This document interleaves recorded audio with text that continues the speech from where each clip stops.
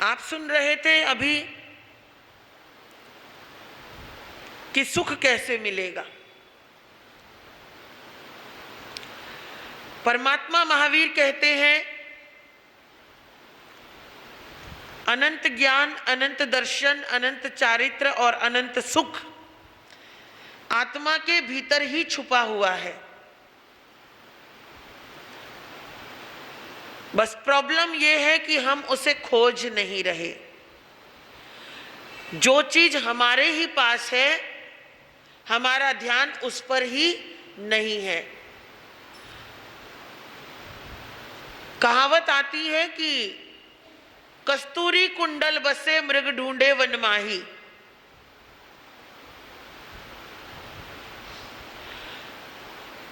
कस्तूरी मृग की नाभि में ही होती है, लेकिन उसकी खुशबू को वो पूरे जंगल में ढूंढता फिरता है कि ये खुशबू कहां से आ रही है, ये मुझे चाहिए। सुख भीतर में ही है, लेकिन हम बाहर ढूंढ रहे हैं। किसकी बदौलत? कर्म की बदौलत। क्योंकि कर्म कितने हैं? 8 हैं। ज्ञानावरणीय कर्म, दर्शनावरणीय कर्म, वेदनीय कर्म, मोहनीय कर्म, आयुष्य कर्म, नाम कर्म, गोत्र कर्म और अंतराय कर्म। 8 हैं।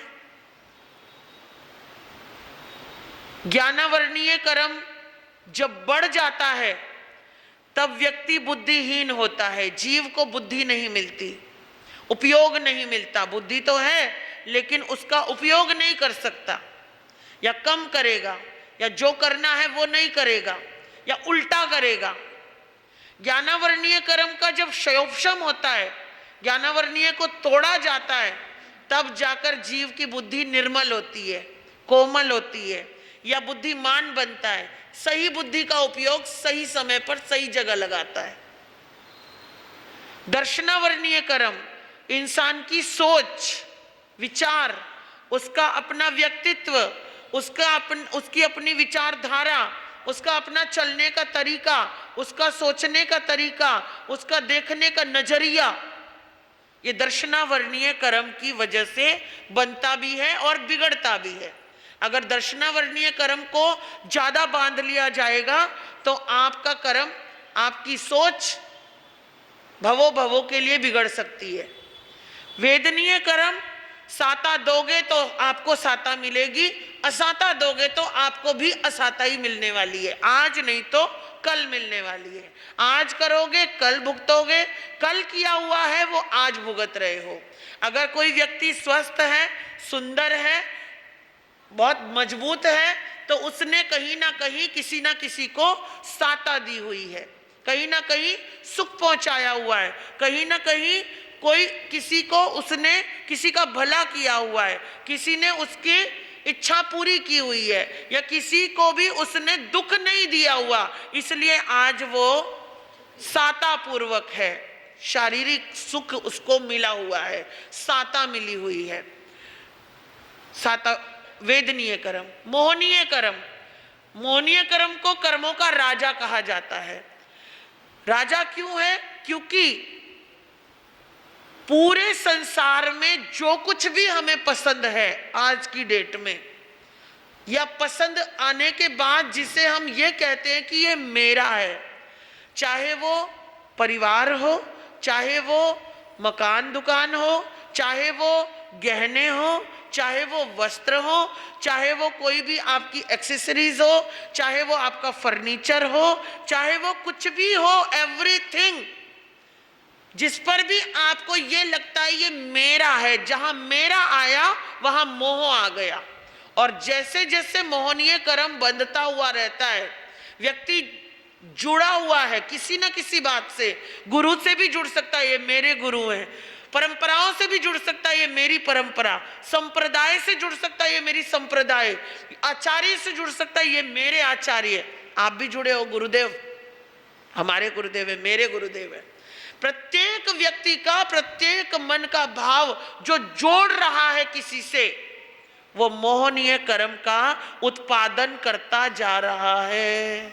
और मोहनीय कर्म की वजह से हम फिर अगला बंध भी बांधते जा रहे हैं। कार्मिक अकाउंट हमारा दूसरे के साथ ऑटोमेटिक प्लस होता जा रहा है। याद रखना, कोई दुश्मन बना है तो भी मोहनीय कर्म की वजह से, कोई दोस्त बना है तो भी मोहनीय कर्म की वजह से। क्योंकि जब आप एक का मोह करोगे तो दूसरे की काट भी करोगे। आपके पास दो लोग रहते ही हैं, हमेशा हमेशा रहते हैं, समझ रहे हो। और दो लोगों में आपको एक अच्छा और एक थोड़ा सा कम अच्छा लगता है, और जो थोड़ा सा कम अच्छा लगता है कभी ना कभी आप क्या करते हो, अच्छे लगने वाले का पक्ष लेते हो, कम अच्छे लगने वाले को इग्नोर मार देते हो, या कम अच्छे लगने वाले की बात काट देते हो। तो मोहनीय कहीं ना कहीं प्लस प्लस में ही रहता है, वो कभी भी माइनस में जाता नहीं है। और उसी को मोहनीय कर्म कहते हैं, उसी को कर्मों का राजा कहते हैं, और उसी से ही संसार का बंध चलता रहता है। ये हो गया मोहनीय। वेदनीय, वेदनीय, वेदनीय, मोहनीय। आयुष्य, आयुष्य प्रत्येक व्यक्ति अपने जीवन में अगले भव की आयु पहले ही बांध लेता है। आपने, मैंने कहीं ना कहीं बांध ली होगी या बांधने वाले होंगे, हमें नहीं पता लगता, लेकिन बंधती तो पहले भव में ही है। जब तक अगले भव की आयु नहीं बंधेगी तब तक आप इस भव को छोड़ नहीं सकते, ये निश्चित है। इस कई लोग बोल देते हैं भगवान तो इसको मौत देना ही भूल गया, क्योंकि वो अगले भव की अभी उसने आयु बांधी नहीं, और पहले भव की इतनी बांध के लाया है कि वो अब भोग रहा है उसको, समझ गए। और आयु, नाम गोत्र, नाम कर्म। नाम किसी का बहुत अच्छा नाम होता है और किसी का बुरा नाम होता है। कुछ अच्छा करने जाता है तो भी बुराई मिलती है, और कोई कोई तो बुरा होता है लेकिन फिर भी उसकी बुराई छुप जाती है और अच्छाई सामने दिखाई देती है। वो करता इतना है और दुनिया को इतना लगता है, और कभी कभी कोई कोई करता इतना है लेकिन दुनिया को इतना लगता है। होता है ना, कई लोग, रोजाना के लोग आपको मिलते होंगे। तो ये क्या है, नाम कर्म।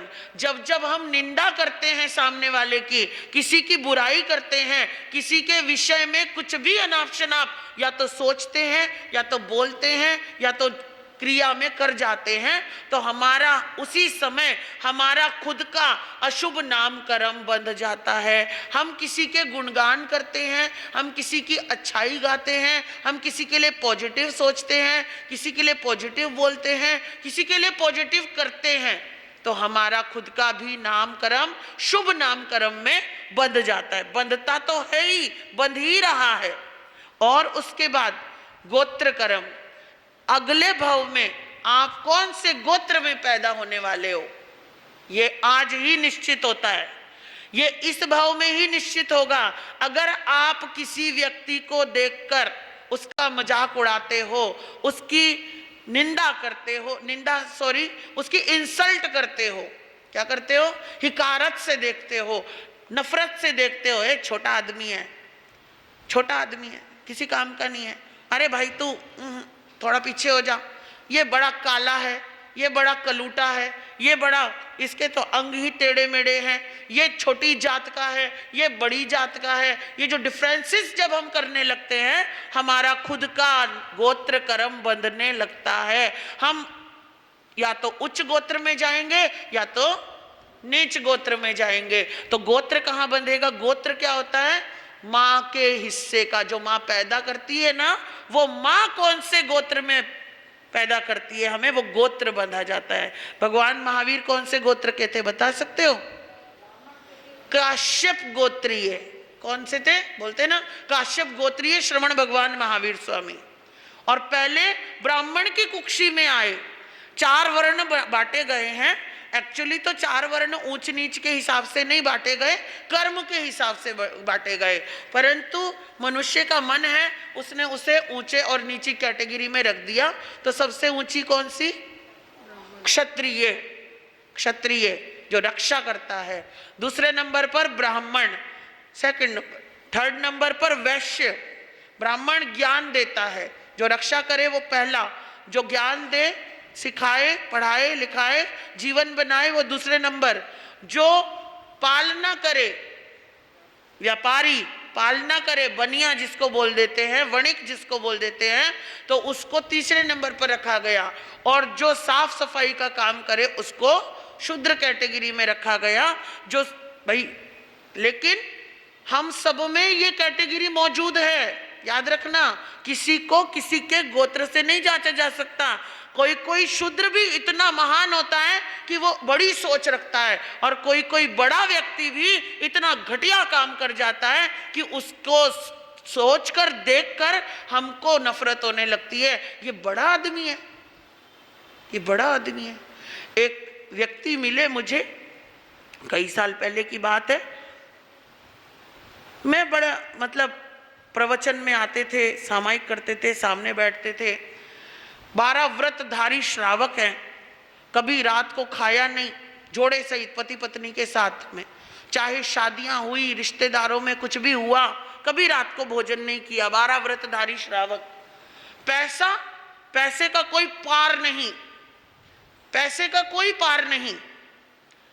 दान, महादानी, करोड़ों रुपया यूं, बहुत कुछ।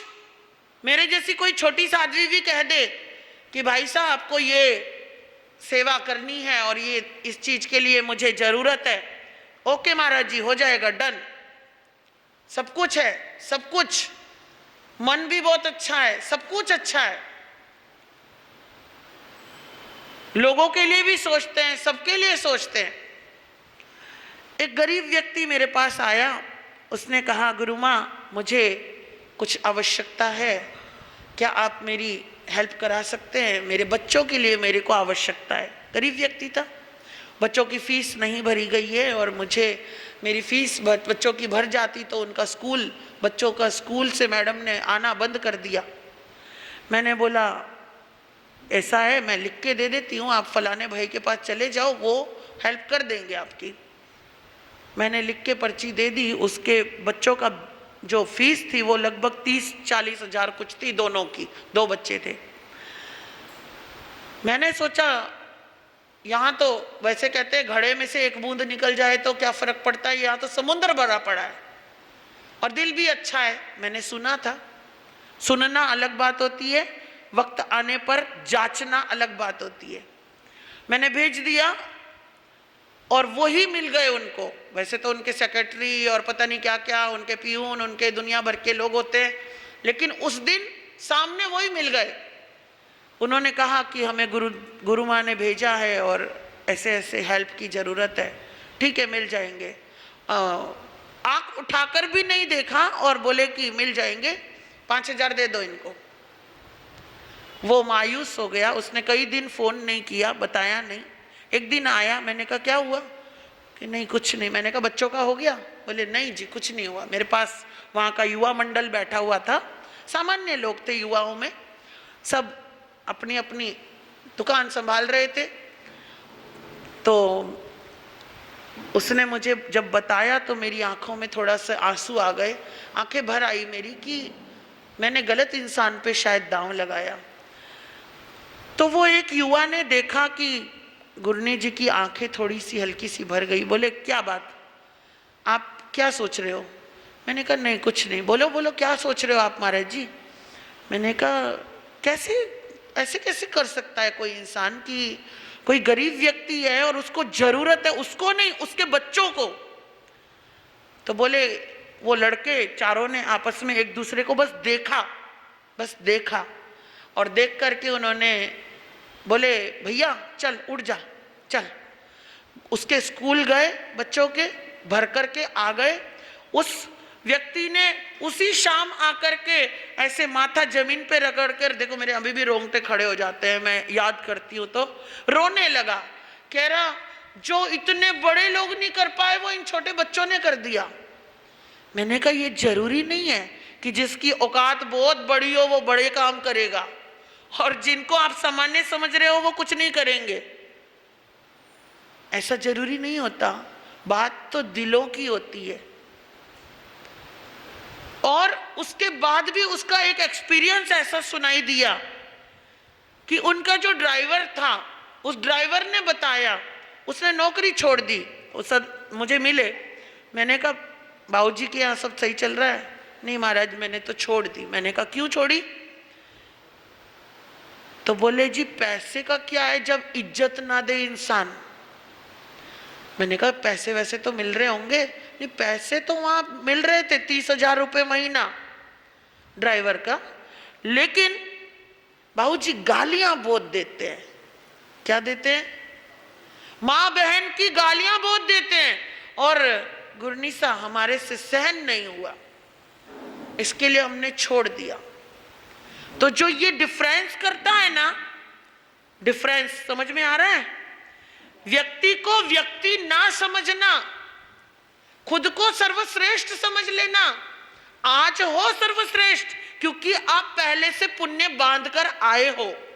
आज आपको दौलत के अंबार मिल गए, लेकिन अगर जो आपने अपनी जिंदगी में किसी की आंखों में इसलिए आंसू दे दिए कि तू मेरे से बहुत छोटा है, तू तो कीड़ा है कीड़ा,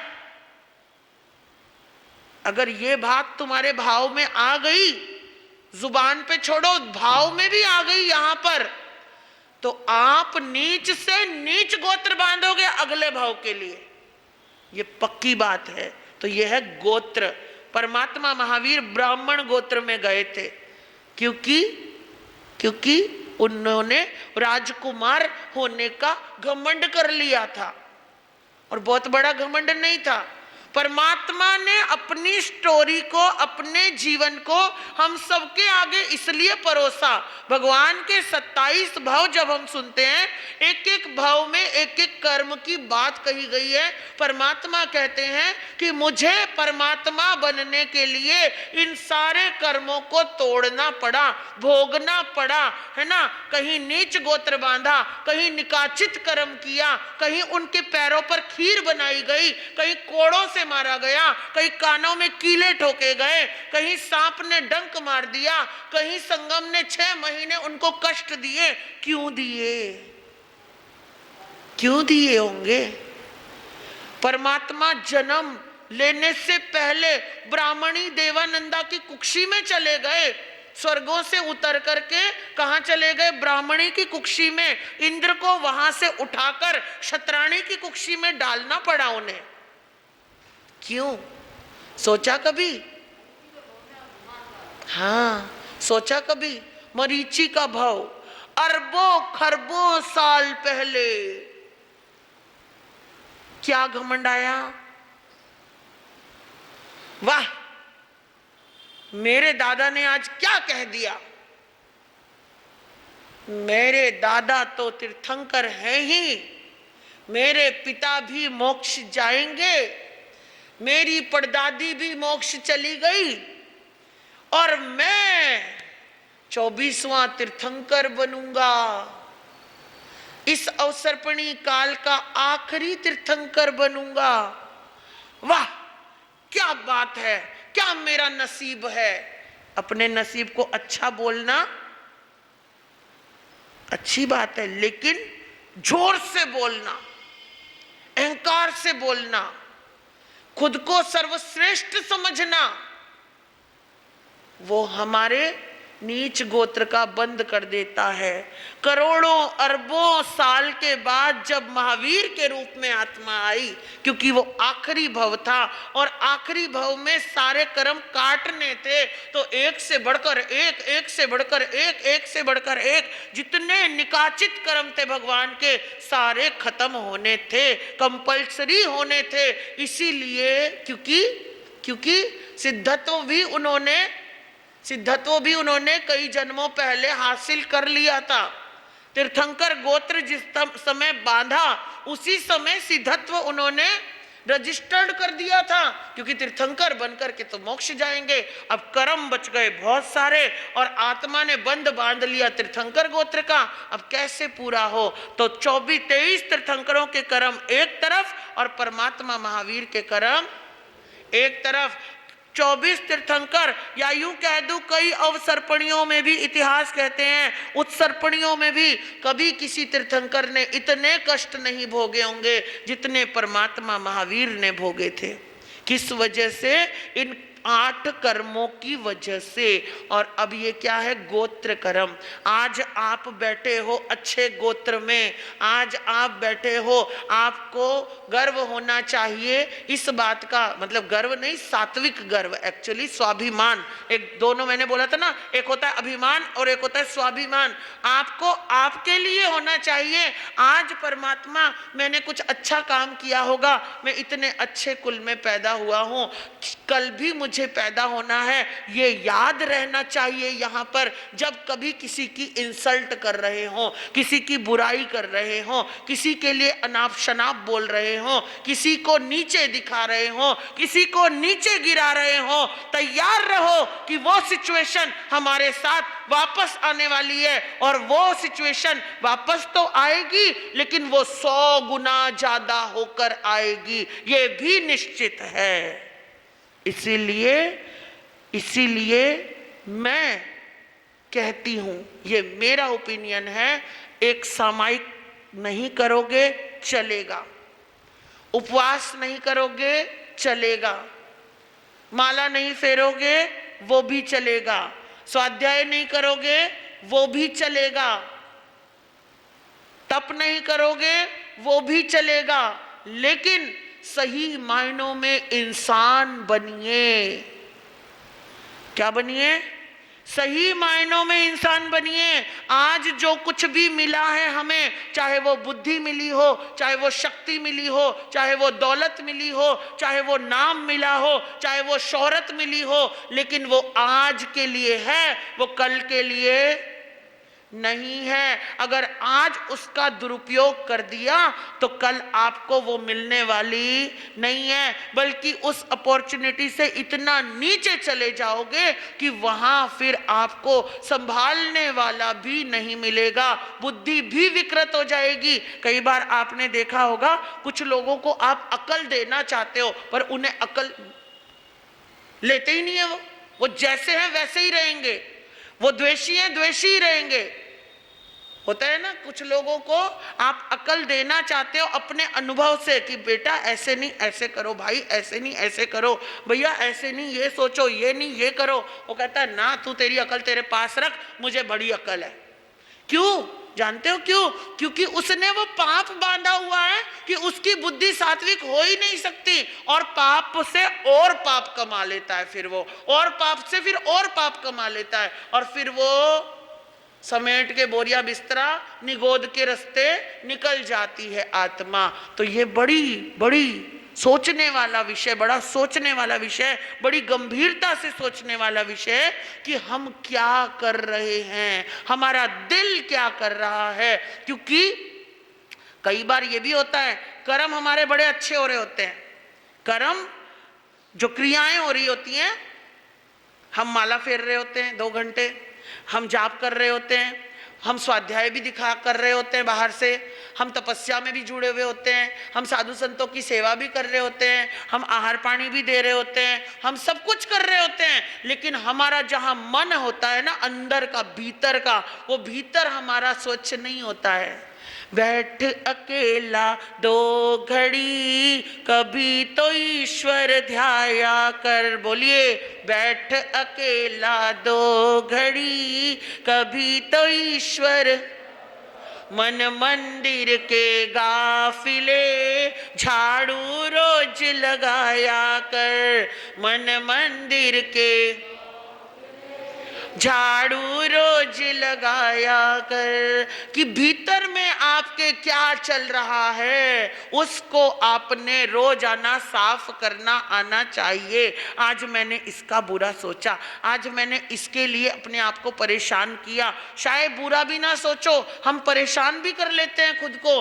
किसी ने हमको कुछ भी कह दिया, हम उसी पे सोचते रहते हैं, रोते रहते हैं, लेकिन वो उसका नहीं, हमारा कर्म आर्त ध्यान का बंध रहा है, उसका नहीं, रौद्र ध्यान हमारा बंध रहा है। हमारे कषाय मोटे होते जा रहे हैं, हमारा भीतर का भाव जो है गलत होता जा रहा है। अब सोचिए, एक लॉकर मिलता है, लॉकर कहाँ होता है? लॉकर बैंक में होता है या आपकी सेफ में होता है ना, अलमारियों में होता है। उस लॉकर के अंदर आप क्या रखना पसंद करते हो? क्या रखना पसंद कर, मनीष भैया? कीमती चीजें और कागजात, है ना। अगर पूरे दिन घर में झाड़ू लगाई और जो वो कचरा निकला, क्या उसे मैं आपको कहूंगी कि लॉकर में रख दो, जाके रख दोगे? नहीं। बड़े, अगर मैं एक स्लोगन लगा दूं, परमात्मा ने कहा है आज का कचरा अपने लॉकर में रखा जाए, परमात्मा ने कहा है, तो रखोगे या नहीं रखोगे? नहीं, परमात्मा के कहने से भी नहीं रखोगे। रखोगे? हे भगवान। रवि भैया, परमात्मा ने कहा है तो रखूंगा मैं। ना ना ना, आपको नहीं पता वो कचरा है, परमात्मा ने कहा है। हाँ, यही बुद्धि चल रही है हमारी, यही बुद्धि सबकी चल रही है, क्योंकि हमें पता है ये सही है ये गलत है, लेकिन फिर भी हम वही कर रहे हैं जो कहा गया है। रूढ़ियां, रीति रिवाज, दुनिया भर की गंदगी जो आज किसी काम की नहीं है, उनको भी समेट करके चले जा रहे हैं, क्योंकि परमात्मा ने कहा है, गुरु ने कहा है, पीछे वालों ने कहा है, दादा दादी ने कहा है, माता पिता ने कहा है, इसलिए आगे बढ़ते वही वही वही वही वही वही सर्कल घुमा रहे हैं। नहीं घुमाना है भैया, पढ़े लिखे हो, है ना, स्कूल गए हो, कॉलेज गए हो, खुद का अनुभव हुआ है, आगम सुने, शास्त्र सुने, कुछ तो सोचो बुद्धि से कि आपको क्या चाहिए और क्या नहीं चाहिए। ये मेरा अपना निर्णय होना चाहिए, ये मेरी अपनी सोच होनी चाहिए। दूसरा कहेगा मैं करूंगा, क्यों? मैं खुद भी तो लीडर हूं। कोई और कहे और मैं करूं, ना ना ना ना, महावीर ने ये नहीं कहा मैं जो करूं कहूंगा वो करो। नहीं, मैंने जो किया है उसे समझो, और अगर तुम्हें सही लगे तो तुम भी करो। भगवान ने ये कहा है, भगवान ने कभी नहीं कहा मुझे गुरु मानो, मुझे भगवान मानो। उन्होंने तो गौतम को पूरी जिंदगी कहा भैया मुझे अपना मत मान, मेरे भगवान बोलना छोड़ दो गौतम, तुम्हें केवल ज्ञान हो जाएगा। मैं से हटो, यही तो मोह है, मैं से हटो यही मोह है। इन्होंने कहा क्योंकि ये मेरे अपने थे, भगवान ने कहा क्योंकि भगवान मेरा अपना है। अरे देख रहे हो क्या भगवान को? अगर भगवान को समझना है तो उनकी लाइफ को समझो कि वो कहाँ कहाँ कैसे चले, कहाँ परिवर्तन की जरूरत हुई तो भगवान ने परिवर्तन किया। लकीर के फकीर नहीं बने।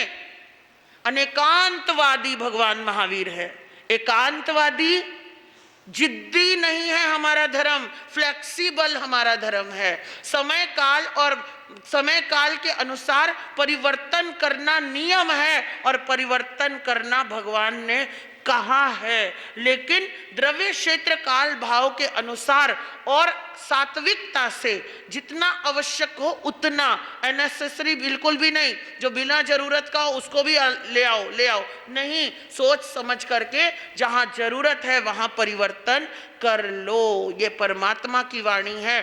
तो मैं कह रही थी आपको कि कर्म समझ गए, गोत्र कर्म है, और लास्ट है अंतराय कर्म। हम कुछ भी करने जाते हैं, है ना, कितनी मेहनत कर लो, मेरे 99 नंबर आ गए गुरुजी, लेकिन 100 नहीं आए। क्यों? क्योंकि अंतराय बांधी हुई है। मैंने बहुत मेहनत करी, जहां मेरा बिजनेस ऊपर जाने लगता है वहीं कुछ ना कुछ हो जाता है और मैं नीचे आ जाता हूं। कई लोगों की शिकायत होती है, गुरुजी कुछ ऐसा बता दो, मैं जीरो से हीरो बनता हूं लेकिन फिर गिर जाता हूं, फिर बनता हूं फिर गिर जाता हूं, नहीं टिकता पैसा। कई कहते हैं बुद्धि नहीं टिकती, कई कहते हैं ज्ञान नहीं टिकता, कोई कहता है हमारे पास पैसा नहीं टिकता। पैसे की तो बड़ी समस्या है महाराज, पैसा तो टिकता ही नहीं है, कितना ही आ जाए टिकता ही नहीं है। वो क्यों नहीं टिकता? क्योंकि अंतराय बांधी हुई है।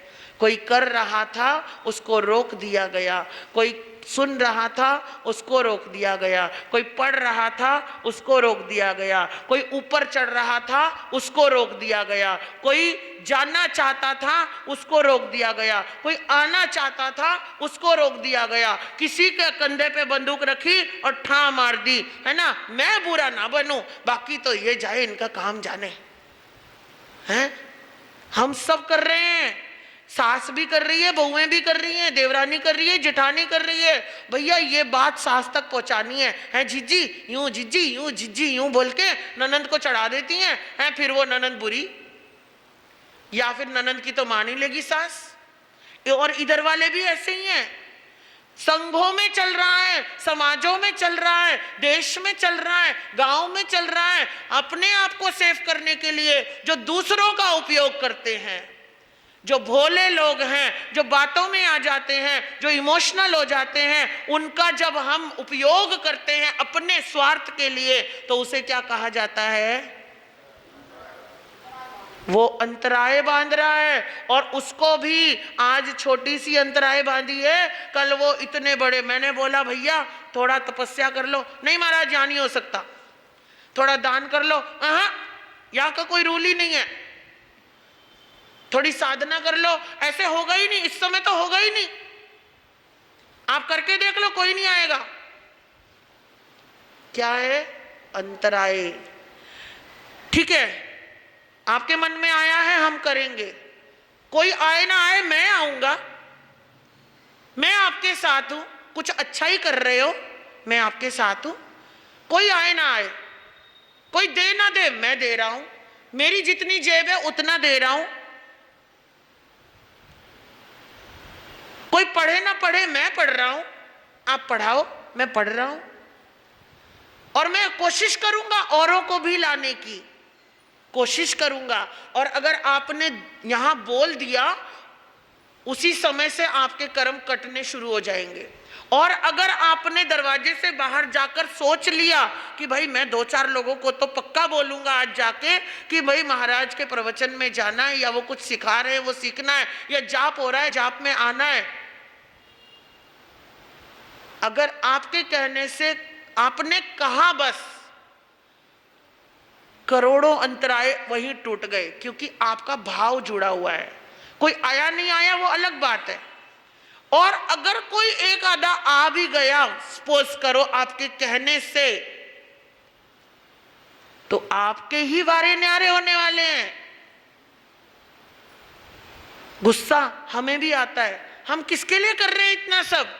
क्योंकि साधु को तो केवल खुद की साधना करनी है, साधु को केवल खुद की साधना करनी है। परमात्मा ने नहीं कहा कि पाटे पे बैठो, प्रवचन करो, लोगों को उपदेश दो। ये सारा तो हमारे आत्मा का कर्म बंद हो रहा है। जानते हो आप, मैं बहुत गहराई से बहुत बार सोचती हूँ किसके लिए कर रहे हैं, लेकिन ये परमात्मा का शासन है। पंचम आर्य में साधु को ये करना पड़ेगा, क्योंकि परमात्मा खुद विराजमान नहीं है। उनके शासन को चलाने के लिए हमें ही उतरना पड़ेगा मैदान में। और जब हम मैदान में उतरते हैं, कोई शुभ कर्मी हमारा साथ देने वाले भी आ जाते हैं, और उनके सहयोग से, उनके योग से, उनके कहने से, उनके सुनने से और भी लोग आ जाते हैं।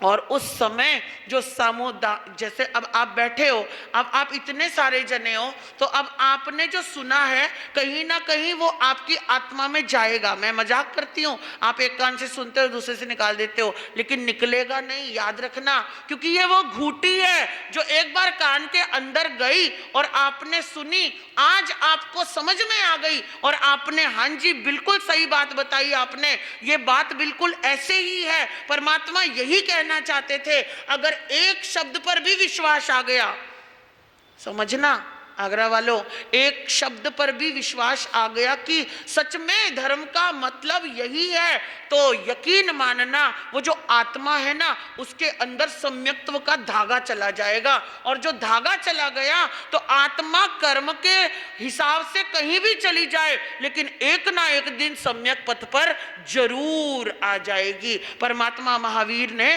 करोड़ों भव लिए हैं, 27 तो केवल नाम मात्र के हैं। वो जब सिंह के रूप में थे, शेर के रूप में थे, तो उन्होंने नरकों के दुख भी भोगे हैं। नरकों से निकलकर मगरमच्छ आदि भी बने हैं परमात्मा का जीव, लेकिन उसके बाद भी वो, क्योंकि नए सार के भव में उसके आत्मा में वो धागा चला गया था कि जो संत कह रहे हैं ना, वो यकीन सच में सही है, अहिंसा ही धर्म है। और जो वो धागा था, उस धागे ने उस आत्मा को, नए सार की आत्मा को क्या बना दिया? महावीर बना दिया। वो तो जंगल का लकड़हारा था, कुछ क्षण के लिए वो संत मिले थे, आपको तो विरासत में संत मिले हैं, विरासत में गुरु मिले हैं, विरासत में ज्ञान मिला है। और आप देखिए, अगर भावना हमारी सत्य को स्वीकार कर लेती है, तब सम्यक तभी बन जाती है। और सम्यक तभी आत्मा भवों में भटक तो सकती है, लेकिन भटक करके बाहर भी जरूर आ जाती है। बस इतनी ही बात है। आपका समय हुआ।